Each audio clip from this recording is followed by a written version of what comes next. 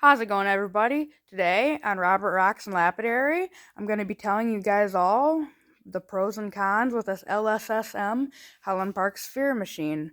So this is my personal review. I've made about 7 spheres on it so far, not a whole lot, but I figured I'd give you guys just a little look at it and my review. So my first pro is this thing is nice. These motors are not binding up. They are so powerful.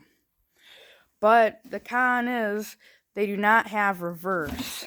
So right now I have a Chinese writing stone in it. I'll show you how this works here. So I got a switch up here. I turn it on and the sphere rotates. Pretty simple. 3 motors, 3 heads, sphere rotates. Got a drip system right here. And it does not come with a catching bowl. That's something you have to have yourself. Pretty simple. Works really nice. But my main con with it is if you have the bungee cord here, you got to undo the bungee cords. Usually I like to run it with 2 bungee cords, but in this case I'm just running it with 1. You have to undo the bungee cords here, and then everything basically falls, because as soon as you undo the bungee cords, even with 2 hands, there's 3 arms and 1 sphere.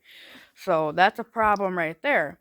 What I was thinking, if Highland Park ever sees this, is maybe, I tried it myself a little bit, maybe a little pulley system back here, and a lever right here on each of the, or a lever going to, just 1 lever, and a pulley system with all the ropes going to this lever, where you pull it out, and the rope pulls the arms back.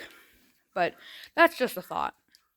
And you see another one, or another con I have with it is, since it does not have reverse, you gotta sit and unscrew every cup. Which, it's not that long, no, but when you're grinding for like 2 minutes, and it takes you 3 minutes to unscrew the cups, then you're running into a little bit of an issue there. So I wish it had reverse, but overall, I'm still pretty happy with it. Now, for the thing keeping these arms from completely falling back is just a bolt.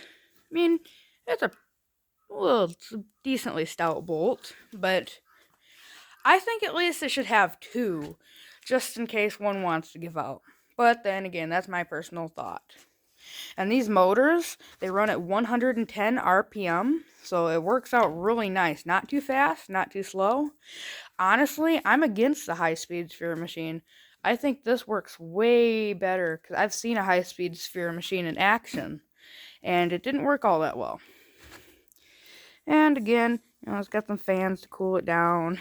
And this video is mostly going to be cons, because this is just not the best model you could see, but you have to unscrew these nuts here just to move the arm back and forth for a different size sphere, which I think it should have.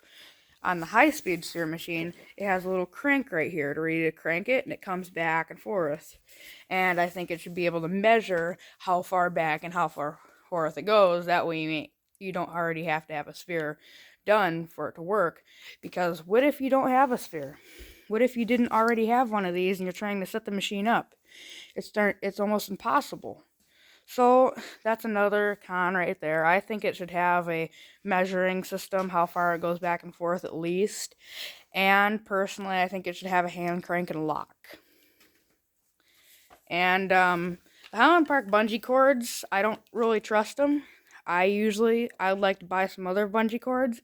I just haven't got around to it yet, because this pulls right out of the metal hook all the time. So that's another thing. If you're getting this sphere machine, you're probably going to want more bungee cords. Now, a pro with this over the high-speed sphere machine is this one.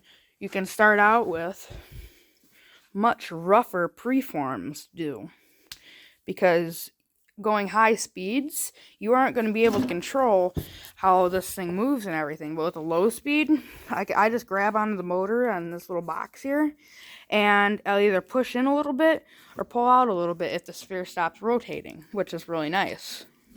You cannot do that with a high-speed sphere machine. This little reservoir here is about a half-gallon reservoir, I'd say.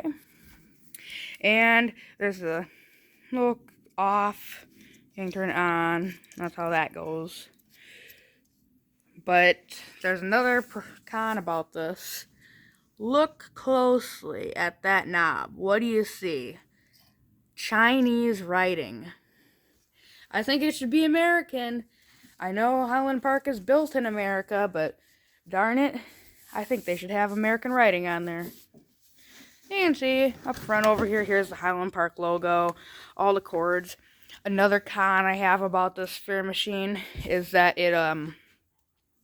it's really bad setting it up, because I had to take this thing apart and set it up again multiple times because it does not come with instructions. Surprisingly, you have a YouTube video on it, and that's about a 3-4-year-old video, and because of that, things have changed a little bit. It says the longest cord, the one going all the way to the back here, is this one right here. And this is not. This one runs to this head right here, which it says it'll run to that head. And then it says your far right cord should go to your right arm. This far right cord, as I pull it, you can see it moving over there. This goes to the back. That's the longest cord.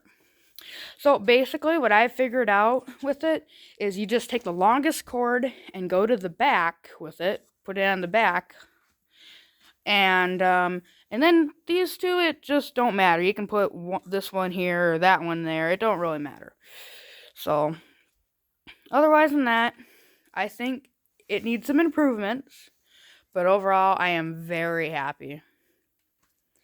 Oh, and I'm not just using these cups. What I meant by is hard to unscrew it like this. Well, I'm screwing it on right now. It's hard to unscrew it because it wants to move. It's not just on these homemade cups. It's also on these factory-made Highland Park cups too. So, alright, I think that's about my full review. If I had to rate it, I would give it about, I don't know, 3.5 stars, I'd say. It's not the best machine out there, but darn, it makes spheres good. It works out nice, and I use it every other day. If you enjoyed today's video, please hit that subscribe button, and thanks for watching.